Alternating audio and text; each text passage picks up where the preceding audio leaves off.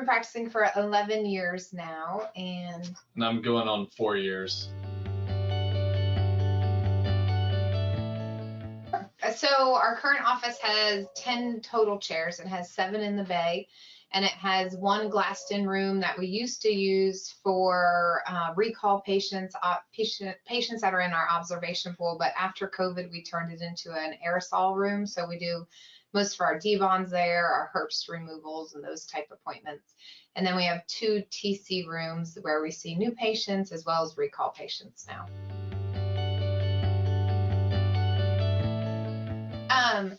We look at it, really has a couple different hats what you're looking at. So there's the financial portion where you're looking at production and collections. There's the new patient portion where you're really concentrating on the TC rooms, and we're looking at exams and starts and where our starts are coming from. Are they coming from exams? Are they coming from our observation pool? Are they coming from our recall pool? We're also looking at our schedule and how efficient we are with our treatment, and so how many appointments it takes us from start to finish, our value per appointment, and then how we can become more efficient in the clinic, so how we can avoid having too many emergencies and things like that. So there's a lot of different areas to really narrow it down to determine if our practice is healthy.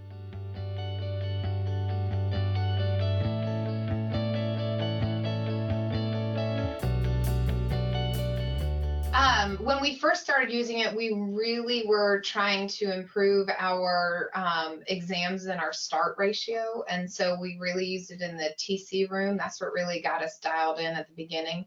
And that's where we started getting our coding correctly for the appointments. How is this new patient leaving the new patient exam? Are they leaving it on pending? Are they leaving it starting? Are they going into our observation pool? And so that's what really got us started into using Gaidge and really trying to track how we were doing in the new patient room.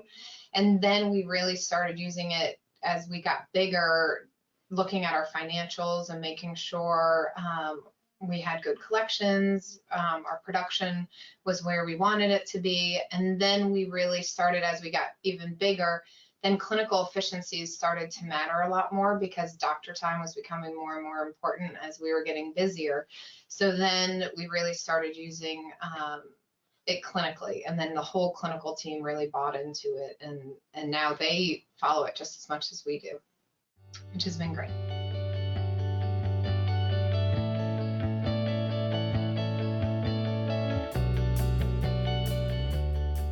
Gaidge in particular, it shows a lot of the industry standards for a lot of the figures that it'll put together for your practice. But a few of the things that I was looking for were some things that Kristen's already mentioned.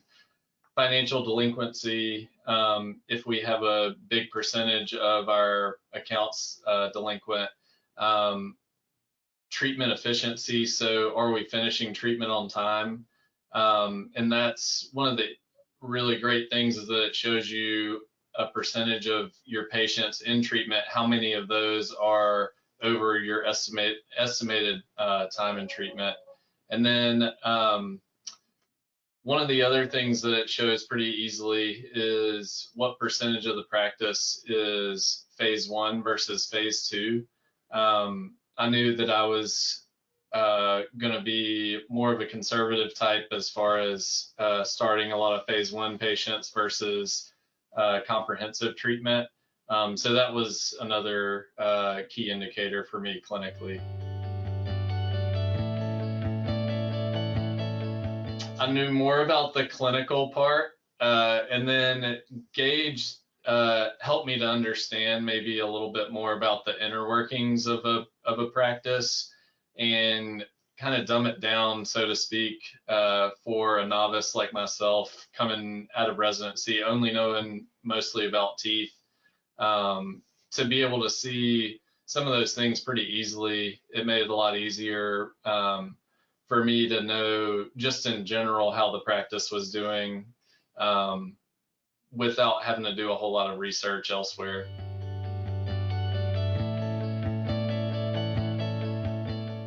I still live under the summary tab. That's just really an Excel sheet of years compared to past years, month compared to last year's. I can look at quarters. How was our first quarter this year compared to the last 3 years? So I really like that, but our staff really like the colorful graphs. I think they're really self-explanatory, so we don't have to get involved in that much. And so they have a red line at the target, and so they can really easily see, is our bar graph above the red line, above our target, or are we falling short in a couple areas? So it really helps them dial in to see where our problems are. I think one of the other things they've added over time is the averages across different groups of orthodontists, and kind of knowing where we fall within that. It helps us to know, okay, what maybe is possible compared to what we originally had thought, thinking inwardly.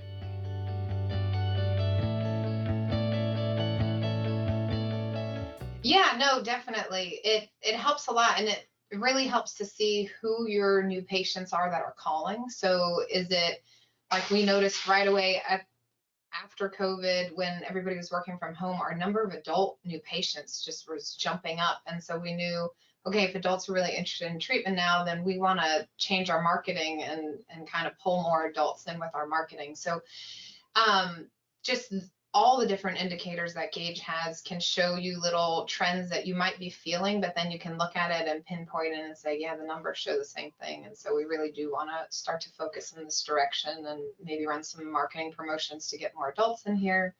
And so it's been super easy to focus us in on what we should be doing next.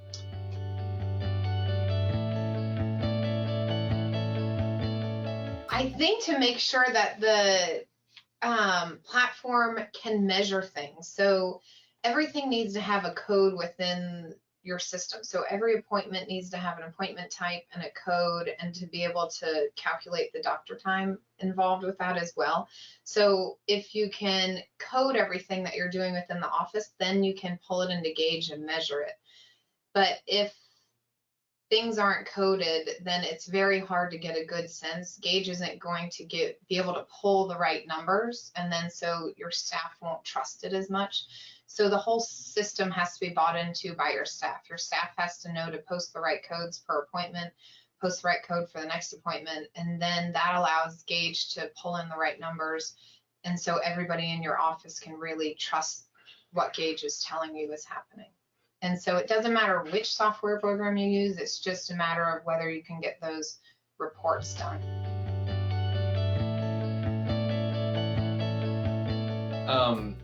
I would say we, at different parts of the year, look at it different amounts. I would say during certain parts of the year, I would look at it weekly.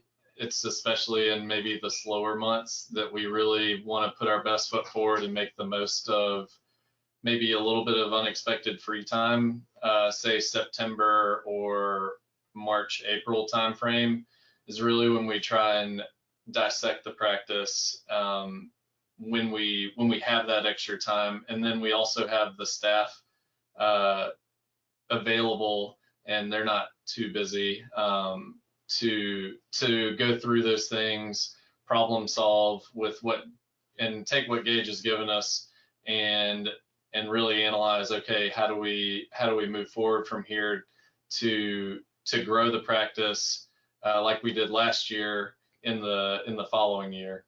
Mm-hmm.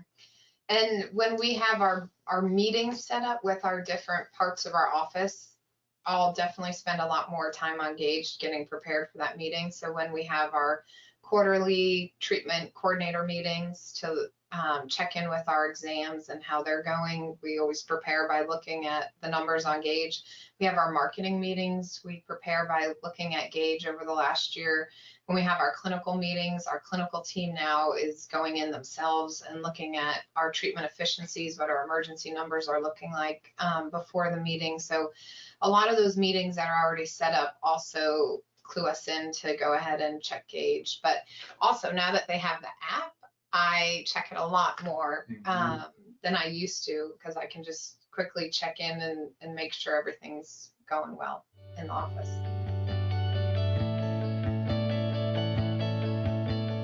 I would say in regards to what Gaidge can offer, if someone is willing to open the book to you like that in the beginning, then that's a pretty good sign.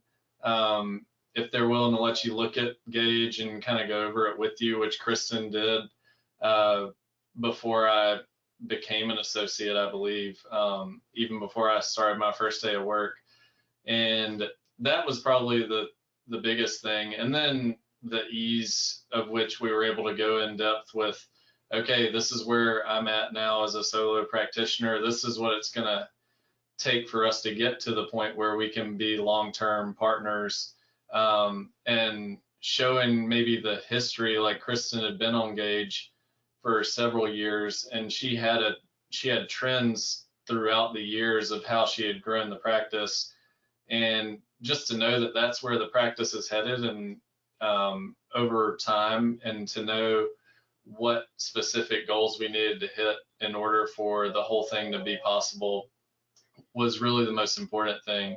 The other thing is just looking at the health of the practice, though, and making sure that if you are going to walk into a partnership situation or an ownership situation, that you're prepared. And one of those things is knowing how much work you have to do on certain areas of the practice when you walk in.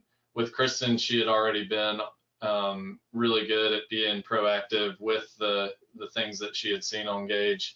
But some practices over time can tend to have weak areas, and just knowing that going in will help you to make the decision.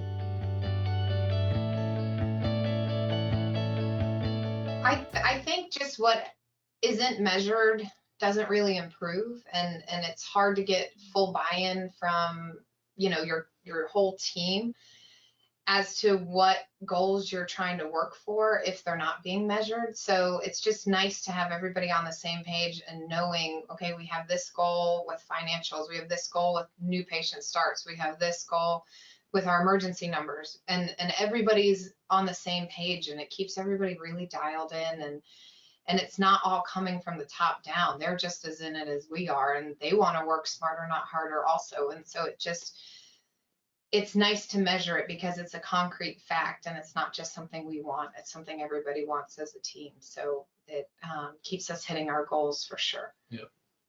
I would also just add, it helps to keep you active in keeping your practice healthy by doing that. Like Kristen said, having everyone on the same page. And it starts from the top down, though, like she was saying. If you begin that culture, and you get others to buy in with you, then your ceiling is much higher, I think. And being active with the information that you can get from a practice management software like that, that's all part of having a culture that is positive and growth minded.